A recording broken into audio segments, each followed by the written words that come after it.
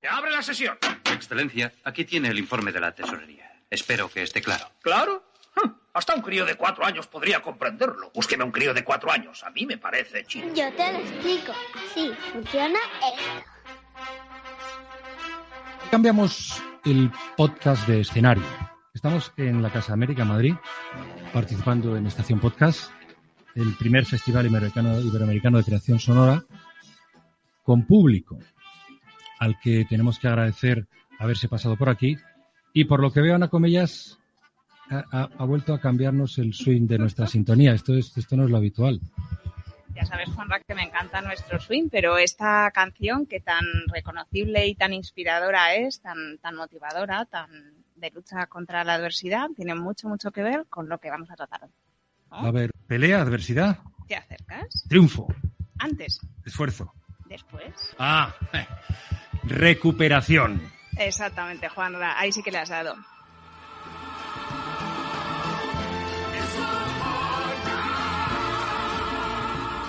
Hoy en Así Funciona Esto, aquí en Estación Podcast, vamos a hablar de recuperación, en concreto del Plan de Recuperación, Transformación y Resiliencia, nuestra hoja de ruta económica para poder recuperarnos de la crisis sanitaria y además construir una nueva realidad económica. Claro, te voy a preguntar, como siempre, ¿qué es eso? ¿Cuál es ese plan? ¿Cómo nos afecta? ¿Qué consecuencias va a tener? ¿Por dónde discurre? Y espero que no te siente mal, querida Ana, pero casi que prefiero preguntárselo a quien no haya tenido la amabilidad de sumarse a este espacio de explicación y divulgación económica, que es nada menos que la responsable de este plan, la vicepresidenta primera del Gobierno, Nadia Calviño. Señora Calviño, buenas tardes, ¿cómo está? Buenas tardes, muchas gracias, encantada de estar aquí con ustedes. No te sienta mal, ¿no, Ana? No me sienta mal, no es que me moleste, es que no puedo pensar en nadie mejor para explicar su propio plan. Señora Calviño, una pregunta fácil para empezar. ¿Qué es este plan y cuáles son sus objetivos? Pues yo creo que las palabras que ustedes han compartido justo ahora son una buena explicación, porque el origen del plan es la adversidad. Es la pandemia que nos golpeó tan duramente a partir de marzo de 2020, a la que hemos estado respondiendo con medidas de choque, con medidas que han hecho que aumente mucho nuestra deuda pública para mantener el empleo, las rentas de las familias, las empresas, y que ahora nos permiten tener una base para la recuperación.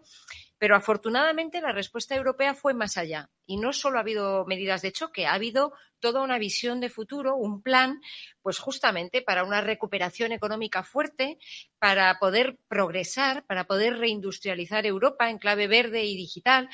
Voy a tratar de explicárselo para un niño de 4 años. Lo que queremos es tener una remontada. No solamente salir al paso y tratar de recuperar la situación que teníamos, no. Una remontada en el sentido épico de las que vemos de nuestros grandes deportistas. Claro, el plan parte de una realidad económica que queremos transformar, que de todas formas se está transformando muy rápido y ahora hablaremos de eso un poco más. Pero, señora Calviño, ¿cómo se deciden los sectores en los que intervenir? Y lo que me parece más difícil, ¿cómo se define un plan que nos lleve de A a B? O sea, que sea eficaz, que consiga el resultado que queremos y que a la vez asegure que vamos a utilizar los recursos de manera eficiente, gastando lo menos posible. Pues son muy buenas preguntas, porque efectivamente una cosa es cuando uno diseña el plan, es como si uno se va a construir su casa, ¿no? Y ve el plano, y ese es un tipo de trabajo, pero luego lo complicado es construirla de verdad, ¿no? Y lograr esos objetivos. Bueno, para diseñar el plan nosotros partíamos de una realidad evidente, como muy bien ha señalado usted, que es que hay un proceso de digitalización que va a una velocidad vertiginosa, que se ha acelerado como consecuencia de la pandemia y que, por tanto, teníamos que responder y acompañar y encauzar ese proceso de digitalización. Y por otra parte, y ahora lo estamos viendo con la guerra de Rusia contra Ucrania, hay un proceso de cambio climático al que también tenemos que responder y, por tanto, hay que avanzar en esa transición energética, en esa transición verde para tener autonomía estratégica, entre otras razones, y tener un futuro más sostenible para las generaciones más jóvenes. Y esos dos elementos son los centrales en el plan de recuperación. Más o menos un 40% de las inversiones son verdes, un 30% son digitales y luego el plan español tiene 2 elementos diferenciales: la cohesión social y territorial, la lucha contra el reto demográfico y la despoblación, y la igualdad de género, que nos parece tienen que ser vectores fundamentales, porque el plan de recuperación es sobre todo un plan de progreso, un plan de futuro para nuestro país. Ministra, me alegra ver que, porque yo siempre lo digo que muchas veces en España en las crisis lo que hacemos es como abrir el paraguas, intentar aguantar el chaparrón, pero nadie pone diques para realmente, pues evitar que ocurran estas cosas. Entonces me alegra ver que no es algo, pues eso, de aguantar el chaparrón, sino que de verdad intentamos transformarnos. No, pero ¿esto quién lo paga? Es decir, viene el dinero de la Unión Europea, cómo se financia y luego otra de las claves, que además es también polémica, cómo y quién lo reparte. Bueno, desde el punto de vista de la financiación, claro, la gran novedad que hemos tenido en esta respuesta a la crisis es que Europa ha puesto en pie un plan de inversiones financiado conjuntamente por toda la Unión. Se ha emitido deuda a nivel europeo y nos están dando transferencias y nos van a dar también créditos a los países para que podamos financiar todas estas inversiones de futuro. España es uno de los países que está recibiendo más fondos porque fuimos uno de los países más afectados por la pandemia y lo que hemos hecho desde el Gobierno de España es diseñar ese plan, poner en marcha los mecanismos y, sobre todo, prever una ejecución acelerada. Hemos concentrado las inversiones y las reformas en los primeros años. Hay otros países que se lo han tomado con más calma, pero es que en España nos jugamos mucho porque, como muy bien señalaba Ana hace un momento, nosotros salimos no solo de la crisis de la pandemia, es que nosotros en realidad no habíamos terminado de recuperarnos de la crisis financiera, hemos tenido una década perdida de inversión y entonces tenemos todo el interés en dar ahora un salto y hacer un gran volumen de inversión, que es ese esfuerzo que estamos haciendo. Y en cuanto a cómo se distribuyen los fondos... Y bajamos un poquito el balón. Sí, vamos un poco más a lo concreto. Nosotros diseñamos el plan, la Unión Europea nos lo aprobó y lo que tiene es una serie de hitos, una serie de fechas en las que si cumplimos unos objetivos nos siguen dando dinero. Unos objetivos que pueden ser de inversión o de reformas. La reforma laboral es una de las reformas y de los hitos más importantes del plan. Yo creo que todos los españoles saben que gracias a que hemos llevado a cabo la reforma laboral hemos podido pedir un pago muy importante. Perdone, vicepresidente, es que aquí hay una pregunta que es una especie de leyenda urbana. Si no se hubiera aprobado esa reforma laboral, ¿no hubiera venido ese dinero? Sí. Sí, lo digo con claridad, claro. Si no hubiéramos logrado la reforma laboral, es uno de los hitos que están previstos para que nos paguen 12.000 millones de euros. Menos mal que alguien se equivocó. Bueno, yo lo he dicho desde el primer momento y por eso agradezco mucho el podcast de divulgación, porque lo hemos dicho desde el Gobierno por activa y por pasiva. Hay unos hitos y si no se cumplen no llega el dinero europeo. Nos estábamos jugando mucho y nos jugamos mucho. Ahora, después de la respuesta a la pandemia, después de toda la deuda pública que hemos tenido que emitir, es fundamental que aprovechemos la oportunidad europea, porque es lo que nos va a permitir, como decía, dar una visión positiva y de futuro a las generaciones más jóvenes y no dejarles solo una montaña de deuda porque un día tuvimos que pagar la pandemia, ¿no? Entonces, no podemos dejar pasar esta oportunidad. Desde el Gobierno lo tenemos clarísimo y por eso estamos trabajando con todo nuestro conocimiento, nuestra capacidad y nuestra voluntad y nuestro corazón también en conseguir que hagamos este cambio que yo ya veo que se está produciendo en nuestro país. Ministra, entonces ya tenemos los planes, tenemos los fondos y ahora tenemos que gestionarlos, ¿no? Igual que en comunicación tenemos un emisor y un receptor. ¿Quién emite, digo a nivel operacional, quién es el que decide a quién se dan los fondos y quiénes son los receptores de los fondos? Hay tres formas fundamentales de inversión.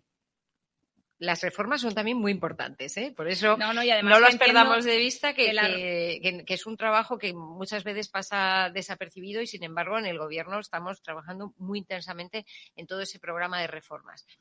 Pero en lo que respecta a las inversiones hay tres formas fundamentales para canalizar esas inversiones y que tengan impacto, porque al final se trata de que transformemos el país, como ustedes muy bien señalaban. Uno son los proyectos estratégicos, son los grandes proyectos tractores, transformadores del país. El presidente Sánchez estaba ayer en Castilla-La Mancha justamente presentando el de transformación del sector agroalimentario.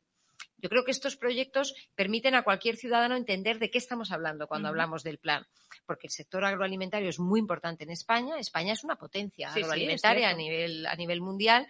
Pues lo que hay que hacer ahora es modernizar toda esa industria en clave verde y digital, y para eso vamos a ayudar a las empresas. Vamos a sacar convocatorias de ayudas, hay transferencias a las comunidades autónomas, hay inversiones para tratar de modernizar este sector, ¿no? Otro proyecto estratégico emblemático y que todo el mundo conoce es el de vehículo eléctrico y conectado. España es el segundo productor de coches de Europa, es el segundo exportador. Es una industria clave y estratégica en nuestro país. Si ahora todos los países empiezan a comprar vehículos eléctricos, nosotros no podemos perder ese tren, ¿no? Por eso hemos anunciado ese proyecto de transformación de todo el sector de la automoción y ya hemos tenido noticias tan importantes como la de Volkswagen, que ha decidido que una parte de la producción del vehículo eléctrico va a hacerla en España, que va a situar una fábrica de baterías en Valencia. Es decir, que no se entienden estas inversiones que están llegando y que se están programando para los próximos años sin el plan de recuperación. Y lo mismo ocurre con la digitalización del ciclo del agua, el sector aeroespacial, el sector naval, la fabricación de semiconductores, el proyecto para el chip. Son todos ámbitos que son claves y estratégicos en nuestro país y que tenemos que transformar. Esa es una primera forma. La segunda son las transferencias a comunidades autónomas y, en tercer lugar, otros programas de inversiones o de ayudas que se están licitando por parte de los distintos ministerios y que son un poco más, permítame llamarles clásicos, ¿no? Pues las convocatorias del sector público para subvenciones o para otro tipo de ayudas que son un poco más lo que veníamos haciendo, pero claro, con un volumen y una escala que no hubiéramos podido ni imaginar sin los fondos europeos. Vuelvo al campo, vicepresidenta, porque me parece muy, muy interesante. Voy a hacer una confesión que seguramente alguien riguroso no debería hacer. Y es que hasta que no me he puesto a preparar este encuentro con usted, vicepresidenta, no he sabido que había tantos PERTE y en tantos sectores y casi todos puestos en marcha. Hay uno que se refiere a la digitalización del ciclo del agua. Uno de los últimos podcasts que hemos hecho nosotros en Así Funciona Esto tiene que ver con el ciclo del agua. Hemos conocido cómo funciona ese ciclo siguiendo el curso del trasvase Tajo Segura y hablando con los regantes del Segura. Estamos con el PERTE agroalimentario del que ayer habló, como dice usted, el presidente. ¿Qué es lo que yo tengo que hacer si soy un regante de Totana, en Murcia, o un agricultor que siembra y recoge espárragos y alcachofas en Tudela para acceder a esas ayudas? Uh-huh. ¿Se lo pido al ayuntamiento, se lo pido a la comunidad, se lo pido al gobierno, presento un proyecto? Bueno, en la digitalización del ciclo del agua claramente hay dos dimensiones diferentes. Hay una parte que es la de modernización de regadíos, sistemas de control de goteo, los sistemas de inteligencia artificial para toda la gestión de los recursos. Yo ahí he visto proyectos absolutamente extraordinarios y España está a la vanguardia en todo este ámbito. Tenemos que sentirnos hemos visto y nos lo decían ellos, muy orgullosos, porque muchas veces nosotros mismos no somos conscientes de que somos una potencia en la gestión del agua, ¿no? Entonces, ahí tenemos un punto fuerte. Bueno, pues vamos a apoyarnos en él. Y eso lo que se va a gestionar es con todos los programas de modernización de regadíos que gestiona el Ministerio de Agricultura junto con las comunidades autónomas. Ahí hay una labor conjunta para poder canalizar esos recursos y habrá convocatorias de ayudas, convocatorias de programas, digamos, en baja, en la parte minorista, en la parte del final del proceso. Pero hay otro elemento que es aguas arriba, que es la gestión del agua, de todo lo que es el almacenamiento, los embalses, las infraestructuras. Ese es una asignatura pendiente, ese es un ámbito en el que probablemente nos ha faltado inversión en los últimos años y ahí lanzaremos esas obras de modernización de la gestión del agua para que podamos tener el uso más eficiente de un recurso hídrico que es cada vez más precioso, que además va a serlo más con el cambio climático para que nuestra economía sea más resistente y que el sector agroalimentario siga siendo líder en las próximas décadas. Pero eso se va a hacer, perdona Ana, que se va a hacer mediante, era un poco lo que le preguntaba, pensando en los oyentes que puedan estar atentos a este podcast y se vean afectados, pues sean regantes, sean agricultores. La articulación del plan se va a hacer a través de las ayudas a planes concretos, nos está diciendo eso, y también de las comunidades autónomas. ¿Eso está engrasado ya para que los agricultores pues pidan las ayudas que se necesitan o se beneficien de estos proyectos? Hay convocatorias que ya han salido y hay otras que van a ir a seguir durante los próximos meses y los próximos años. De momento hemos transferido ya 13.300 millones de euros a las comunidades autónomas con unos criterios que han sido acordados con las comunidades autónomas para que desplieguen las inversiones en sus ámbitos y estamos ya sacando las convocatorias de los PERTEs, de esos proyectos estratégicos. Ya se han lanzado en 5 o 6 de los PERTEs, ya se han lanzado algunas convocatorias. La más importante y la más emblemática es la del vehículo eléctrico y conectado, pero hay muy importantes convocatorias también para energías renovables, hidrógeno verde y almacenamiento, también en el ámbito aeroespacial, en el ámbito naval, y las de digitalización del ciclo del agua pues saldrán próximamente. Yo siempre insisto en que este plan de recuperación no es para un día ni para un mes. No se trata de lo que hagamos en un mes. Se trata de un proceso que pongamos en marcha que nos permita de aquí a 2026 transformar todos los elementos tractores de la economía de este país para que, como muy bien decía Ana, en el futuro, si volvemos a tener retos, desgracias, catástrofes, como siempre hay, ¿no? Tengamos una economía que sea lo más fuerte posible para que podamos no solo resistir, sino incluso superar ese tipo de situaciones con un menor coste social. Tengo que decir que ya la pandemia ha tenido un coste social muy inferior al de crisis anteriores. Gracias a los ERTEs, a los avales del ICO, hemos podido proteger el empleo y por eso estamos teniendo una recuperación tan fuerte, ¿no? En comparación con la crisis financiera no tuvo nada que ver. Pero de cara al futuro lo que queremos es tener un tejido productivo que sea más moderno y más fuerte y más competitivo a nivel internacional también. A mí, de todas formas, me gustaría romper una lanza a favor de la economía española, aunque parezca mentira, porque es verdad que nosotros tenemos como ese complejo, ¿no?, de estar a la cola de Europa o algo así, pero bueno, somos el país número 14 en PIB del mundo de 200 países. Juanra y yo, cada vez que vemos un sector, nos sorprende. El de la economía del agua, por ejemplo, es que somos punteros en tantas cosas que esperamos que con Así Funciona Esto se puedan divulgar, porque tenemos muchas cosas muy buenas en nuestra economía y tenemos profesionales muy, muy buenos. Estamos muy formados, tenemos gente entusiasta en muchísimos sectores. Y yo creo que eso, que tenemos también un poco que sacar de orgullo patrio, es que esto lo hacemos muy bien. No estamos a la cola, somos una potencia mundial, aunque no seamos Estados Unidos o China o otras. Mire, esta semana no sabe lo que me alegra escucharla. Sí, lo creo firmemente, vamos. Porque Juan Ramón, que me ha entrevistado varias veces en la radio, me habrá escuchado siempre decirlo, ¿no? Los españoles tenemos esta especie de tendencia a autoflagelarnos y a sentirnos que somos los peores cuando en realidad tenemos que estar muy orgullosos de tantas cosas y no solo de nuestra extraordinaria gastronomía o de nuestra alegría de vivir, que también, ¿no? Fíjese, esta semana hemos tenido reuniones con 40 importantes productores estadounidenses en el ámbito audiovisual. Hemos tenido varios actos, mi equipo, el presidente del gobierno, hemos comido con ellos. Están todos emocionados con la industria audiovisual que tiene España.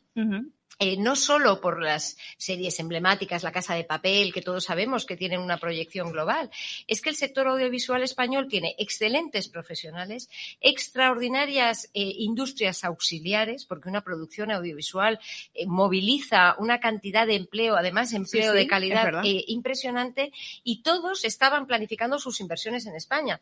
De nuevo, en el plan de recuperación hemos metido, uno de los componentes es justamente el impulso a la industria audiovisual, para que España sea el hub audiovisual de Europa.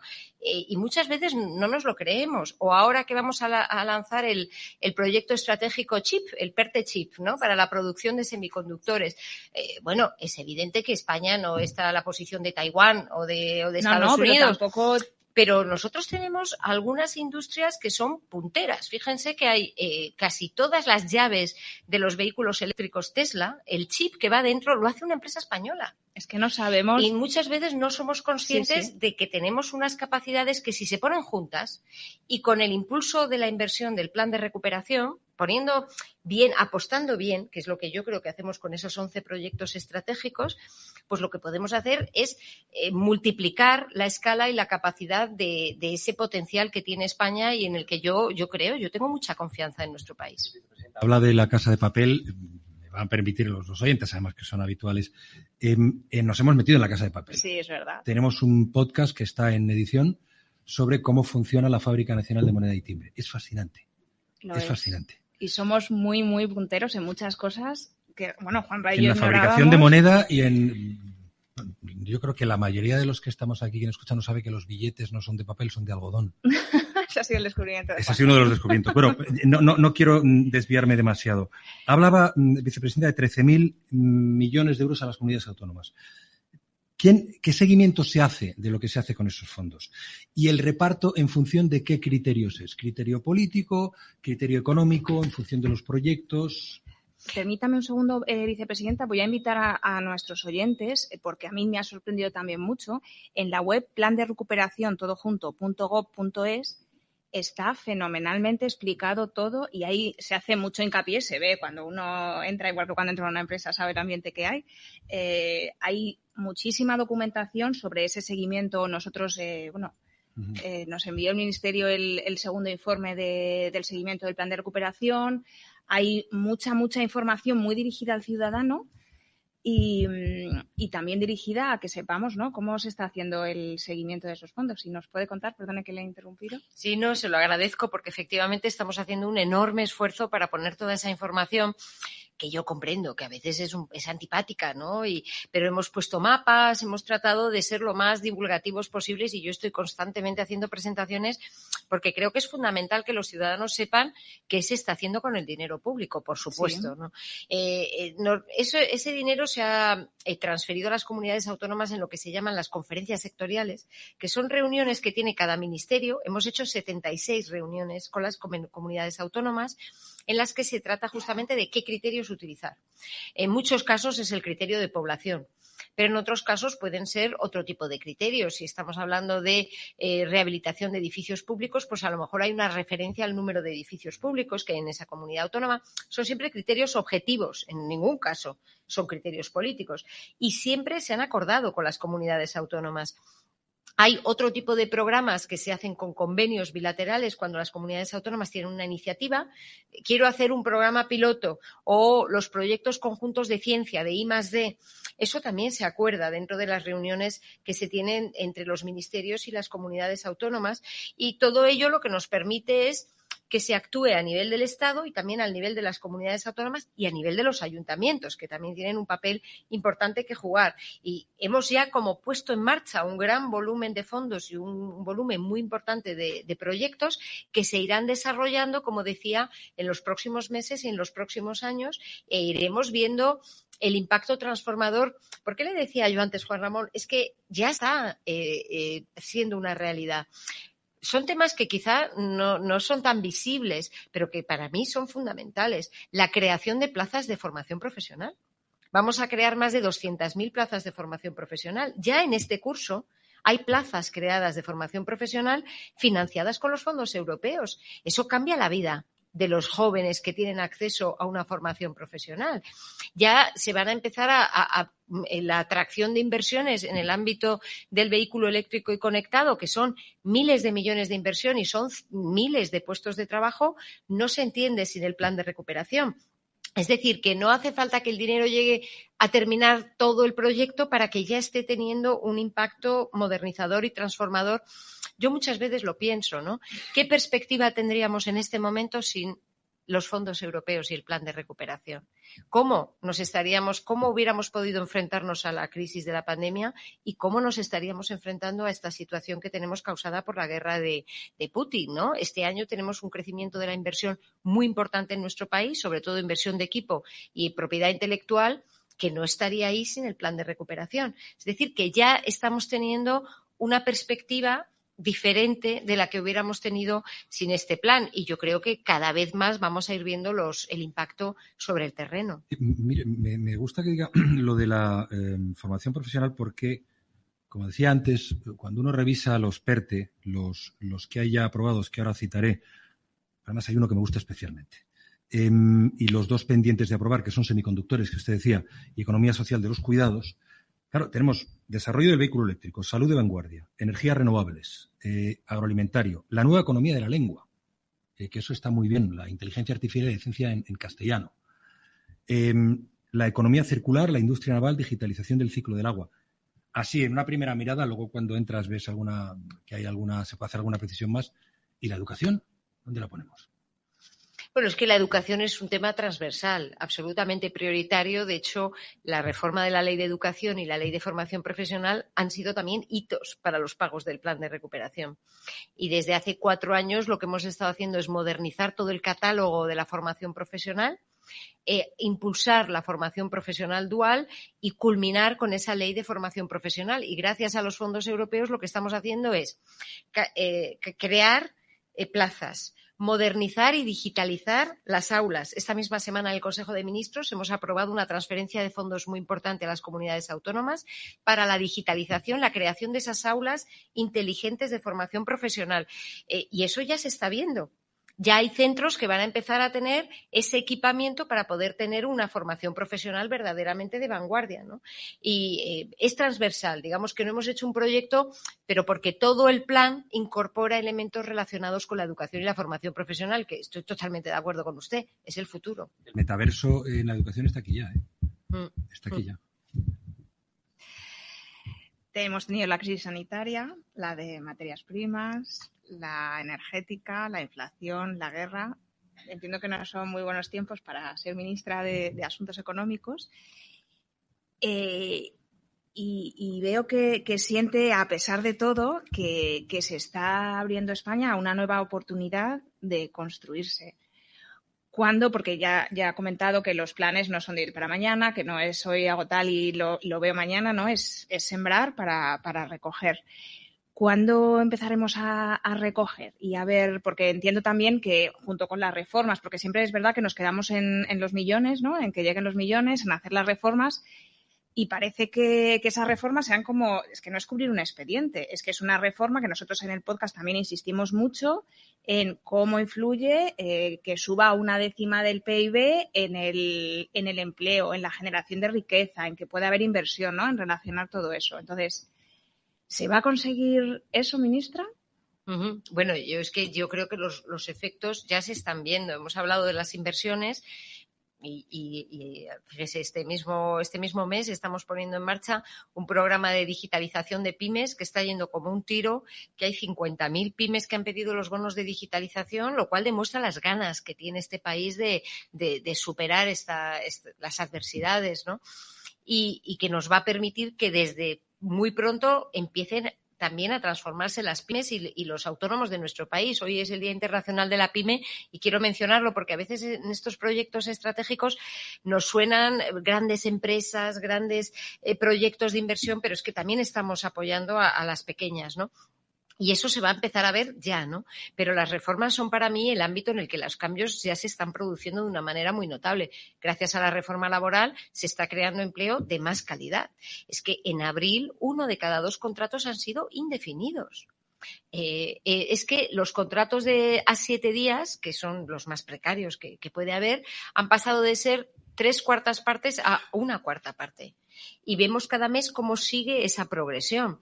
Eso cambia la vida de los jóvenes, de las familias, cambia la vida de nuestro país, ¿no? Y abre unas oportunidades vitales completamente distintas. De la misma manera que la ley de ciencia, y ya hemos aprobado un Real Decreto Ley para acelerar una parte de esa ley de ciencia, ya va a dar carreras estables a los investigadores en España. Y eso ya se está aplicando. Esos cambios son, por eso siempre hablo de las reformas, porque muchas veces hablamos de las inversiones, pero es que las reformas son tan importantes. Y los colectivos que se están viendo beneficiados ya lo están viendo en el cambio de su perspectiva profesional. Es que no podemos tener investigadores en precario en nuestro país si queremos ser serios en la ciencia, ¿no? Entonces se trata de meter dinero, pero también de dar una buena carrera profesional a esos científicos. Y eso ya lo estamos haciendo. El presupuesto del Ministerio de Ciencia se ha multiplicado. Nunca hemos invertido tanto en ciencia y además estamos dando unas buenas condiciones laborales a los investigadores. Por eso yo creo que no va a ser un día que nos despertemos y ha cambiado el país. Es un proceso que está en marcha y que día a día se va construyendo entre todos. Vicepresidenta, ahora me gustaría hablar un poquito más del kit digital y el acceso a algunas de esas posibilidades del plan, pero en la línea de lo que apuntaba Ana, estamos en un momento de grave crisis energética, por tanto crisis económica. La inflación hemos conseguido bajarla un poquito, ya efectivamente, como usted me dijo no hace mucho, no llegaríamos al 10%, pero sigue en una situación de incertidumbre. Navegamos en la incertidumbre. Estamos hablando ya de que la guerra en Ucrania puede prolongarse mucho tiempo. Y estamos hablando ya de recortes de gas para el próximo invierno. Todo esto no altera estos planes y si ustedes un plan B no, porque este plan es bastante ambicioso y muy extenso, pero si calculan la posibilidad de que las cosas no salgan en tiempo y lugar como prevé este plan, precisamente por la incertidumbre en que seguimos navegando. Me parece muy buena la metáfora y el símil de hablar de que estamos navegando en un entorno de gran incertidumbre, y me gusta esa metáfora marina de navegar, porque yo creo que cuando uno está en una situación como la que hemos vivido, primero con la pandemia, ahora con la guerra, es una tormenta perfecta, ¿no? Y en este tipo de situaciones, por supuesto, todo el mundo se preocupa, todos estamos preocupados, pero yo creo que esa incertidumbre y esa preocupación no nos tiene que llevar a la parálisis, todo lo contrario. Lo que tenemos es que encarar esas adversidades y esas dificultades teniendo una clara hoja de ruta, una brújula que nos marque hacia dónde hay que navegar, ¿no? Y en este sentido el plan de recuperación es una hoja de ruta, una brújula perfecta, porque ya teníamos previsto el tema digital, que se aceleró con la pandemia, el tema de la transición energética, y la guerra en Ucrania, si algo hace es decirnos hay que acelerar ese plan, ¿no? No hay que cambiar, hay que acelerar el despliegue de las renovables, el que tengamos cuanto antes las energías más limpias y más baratas posibles. Y por terminar con el símil, lo otro que hay que hacer es remar todos en la misma dirección, ¿no? Y ese es el mensaje que yo siempre lanzo en el ámbito político, y que a mí me gustaría, no solo estoy hablando de los partidos políticos, sino el conjunto de la sociedad. Los agentes sociales están a bordo, están comprometidos, lo ven, lo apoyan, llegaron al acuerdo de la reforma laboral porque ellos eran conscientes de la importancia que tenía. Ellos quieren remar en esta dirección. Yo creo que el conjunto de la sociedad española quiere que sigamos progresando. Este país es un ejemplo de éxito desde la llegada de la democracia y tenemos que seguir en esa misma dirección, y yo eso es lo que espero, que todos rememos en la misma dirección, porque no vamos a tener una oportunidad así nunca más en nuestras vidas. Tienen ustedes marineros en la tripulación que no hacen más que abrir vías de agua, ¿eh? Por seguir con el símil. Bueno, hay que uno tiene la realidad que tenemos es una realidad compleja. El país que tenemos es grande y complejo. Yo veo esa complejidad como una riqueza, porque nos hace mucho más fuertes también, ¿no? Tenemos que superar tantas adversidades por la complejidad de nuestro país que yo lo pienso mucho con el despliegue del plan, por ejemplo, ¿no? Me dicen, es que tal país ya va más rápido La verdad es que no, España es el país que va más rápido en el despliegue del plan, sin ninguna duda. Pero pienso, claro, un país que sea muy pequeño o que tenga solamente un gobierno central, pues a lo mejor no tiene una complejidad como la de España, ¿no? Pero bueno, superar todas estas adversidades al final yo creo que nos hará más fuertes, y los logros que conseguimos también son más importantes, ¿no? Y más brillantes que en otros países. Ya el apartado de la política, pues en nuestro territorio, uno tiene la sensación de que esto necesita, y esto es muy serio, estabilidad política para sacar adelante el plan. Y como, bueno, pues uno ve, cuenta tantas cosas. Yo siempre digo, y es mi experiencia personal, ¿no? De legislatura antes de tiempo y estas cosas. No, totalmente, vamos. Yo creo que lo último que necesita nuestro país en este momento es hablar de elecciones o fin de legislatura, porque nos queda 1 año y medio, vamos a tener la presidencia de la Unión Europea en la segunda parte de 2023, como conoce muy bien el director de la Casa América. Estamos en un momento de velocidad de crucero en el plan de recuperación. Esto es la prioridad, pensando en los ciudadanos españoles. No podemos dejar pasar esta oportunidad, y ahora tendríamos que estar todos centrados solo en esto, en que saquemos todo lo posible de esta oportunidad extraordinaria. Pero yo también le diría, Juan Ramón, que yo veo una gran disociación entre el ruido ambiente y lo que vemos en los medios y la realidad de que vamos sacando todo en el Congreso. La misma semana en la que estábamos con el conflicto de la respuesta a la guerra, el plan de choque de respuesta a la guerra, digo conflicto porque efectivamente en el Congreso el Partido Popular votó en contra, Vox votó en contra, Esquerra Republicana, muchos partidos votaron en contra de un plan que era para bajar la gasolina, para ayudar a los colectivos más vulnerables, para mejorar el ingreso mínimo vital, para ayudar a la agricultura, a la ganadería, en fin. No es oposición al gobierno, es oposición a los ciudadanos españoles, ¿no? Pero ese mismo día y esa misma semana sacamos adelante la ley de ciberseguridad 5G, la ley de telecomunicaciones, es decir, que no se da visibilidad al hecho de que estamos sacando adelante nuestro programa de reformas en un escenario parlamentario complejo porque está fragmentado. Por otra parte, un escenario parecido al que tienen muchos otros países europeos, pero con trabajo, con determinación y con negociaciones difíciles vamos sacando todo adelante. Y yo creo que ese mensaje nos tiene que dar también confianza de que vamos a terminar la legislatura, este gobierno proporciona estabilidad y, sobre todo, nosotros tenemos un plan de progreso para España que yo creo refleja las esperanzas de los españoles. Al menos esto es lo que yo he sentido en estos 4 años que llevo en el gobierno. Pues mira, sin ir más allá de Cibeles, aquí en el Banco de España, cuando nuestro gobernador Hernández de Cos se sienta en el Consejo de Gobierno del Banco Central Europeo, pues se sienta con otras 24 personas. Solo hay 2 mujeres, Christine Lagarde y la gobernadora de Alemania. Eso es. Y bueno, nosotros tenemos a Margarita Delgado, que además es una subgobernadora maravillosa. Y como mujer, voy a decirle que en muchas ocasiones yo también me he sentado a mesas en las que era la única mujer o estábamos en franca minoría, y que me enorgullece mucho que se pueda hacer fotos con nosotros, porque por lo menos estamos aquí las 2 economistas. Y nada, que esa es una parte también, yo creo, muy importante de su labor como ministra. Así que le doy las gracias. Hombre, qué bien. Bueno, me emociona porque yo estoy muy comprometida con esta agenda feminista por convicción desde siempre, ¿no? Y porque me parece evidente que un país con paridad y con igualdad de género y con diversidad es un país mejor, es un país más próspero, y que no podemos de ninguna manera invisibilizar al 50% de nuestra sociedad o desperdiciar el 50% del talento.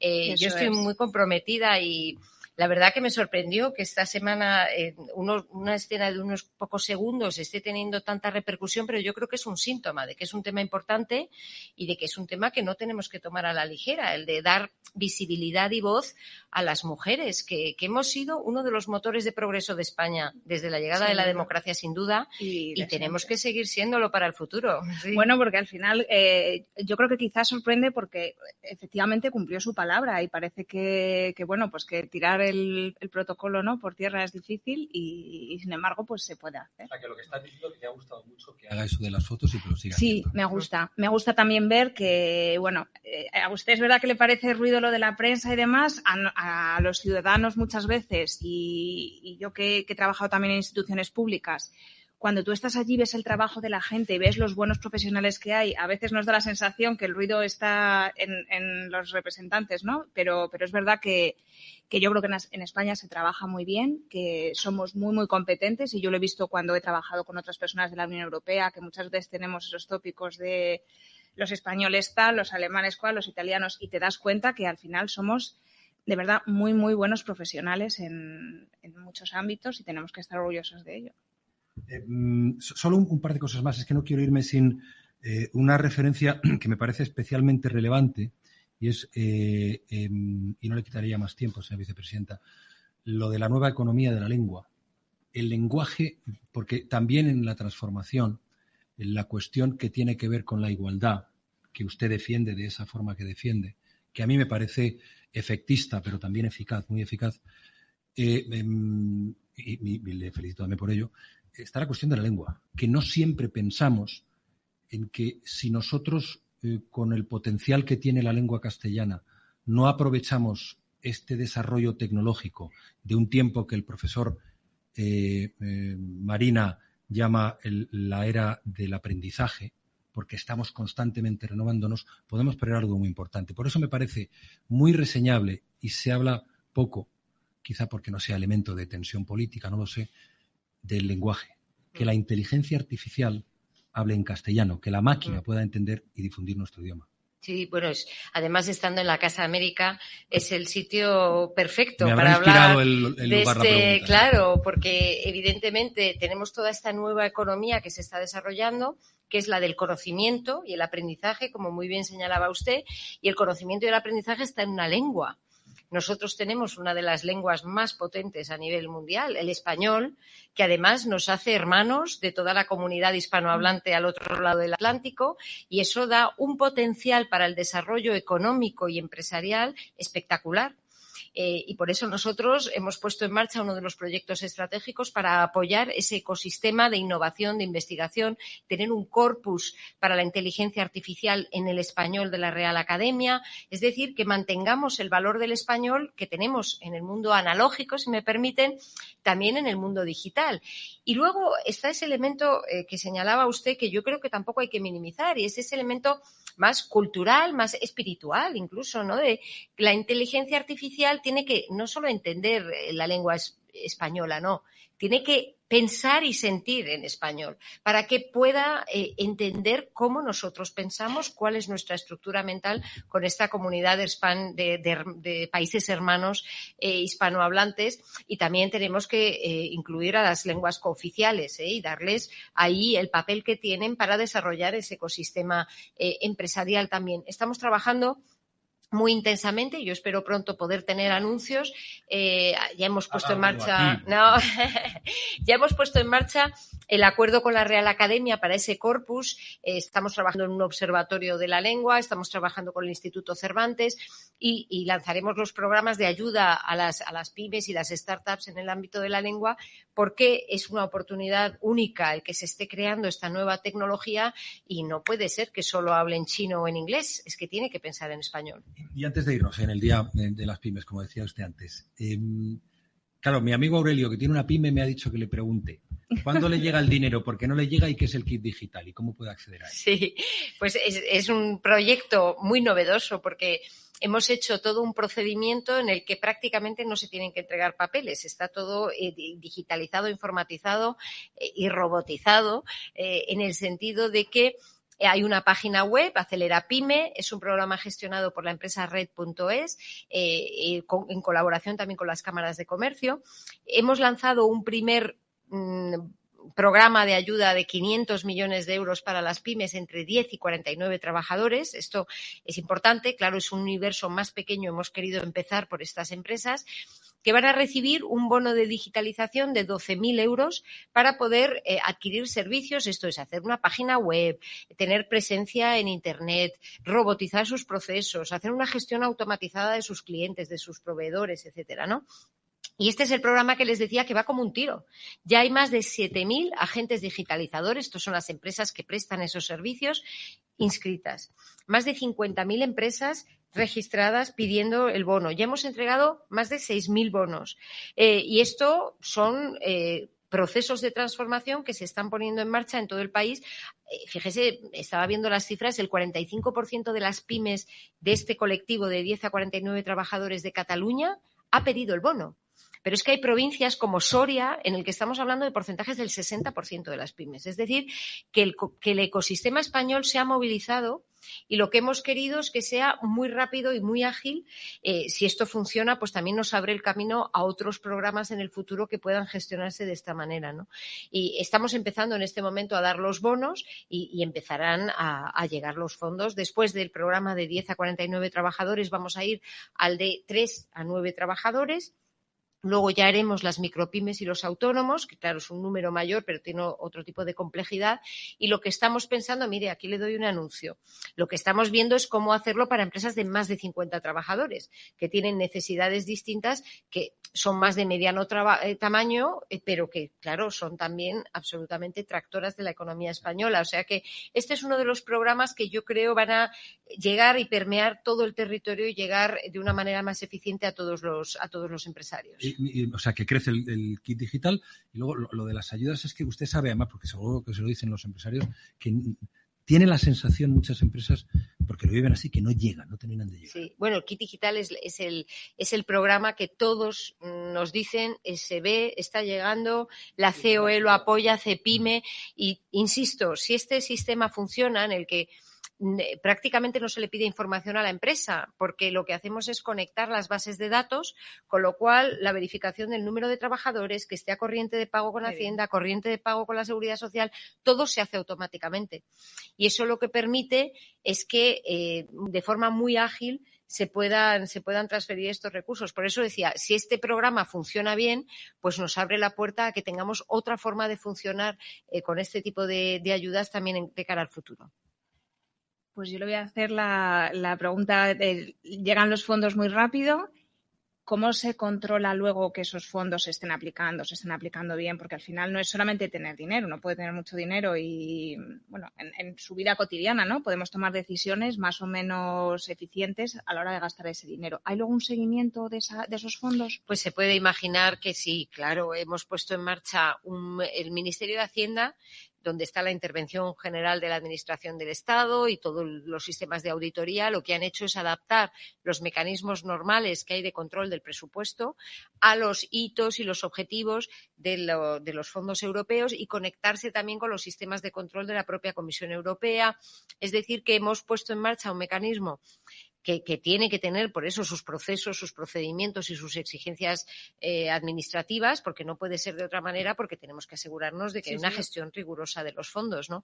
De la misma manera que a partir de ahora empezaremos también a supervisar y a controlar con estos procedimientos la gestión de las comunidades autónomas, ¿no? Hasta ahora no hay un uso muy importante de los recursos, pero yo este año creo que tienen que acelerar las convocatorias y tendremos también mecanismos de seguimiento de la gestión por parte de las comunidades autónomas, como no puede ser de otra manera cuando estamos hablando de dinero público, aunque sea dinero europeo, es dinero de todos, evidentemente. Sí. Vicepresidenta Nadia Calviño, solo darle las gracias. Yo creo que con su ayuda este podcast ha cumplido su objetivo, con lo que iniciamos esta conversación hace casi una hora, y es explicar, siquiera someramente, este plan de recuperación.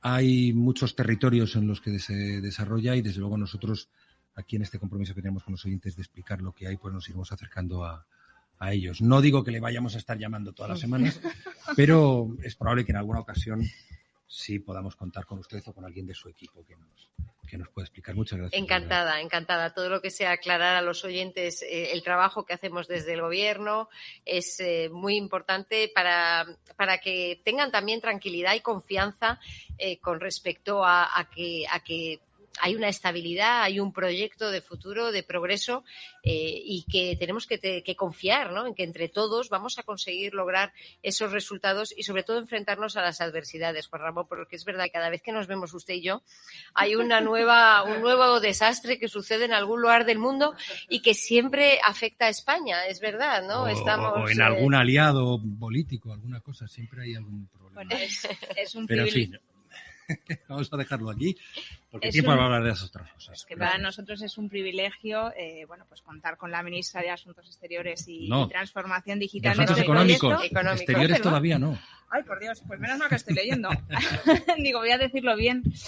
Pero bueno, que en cualquier caso, lo que es un auténtico lujo es contar con la mujer, con Nadia Calviño. Muchísimas gracias, vicepresidenta. Gracias, Ana. Muchísimas gracias. Así funciona esto.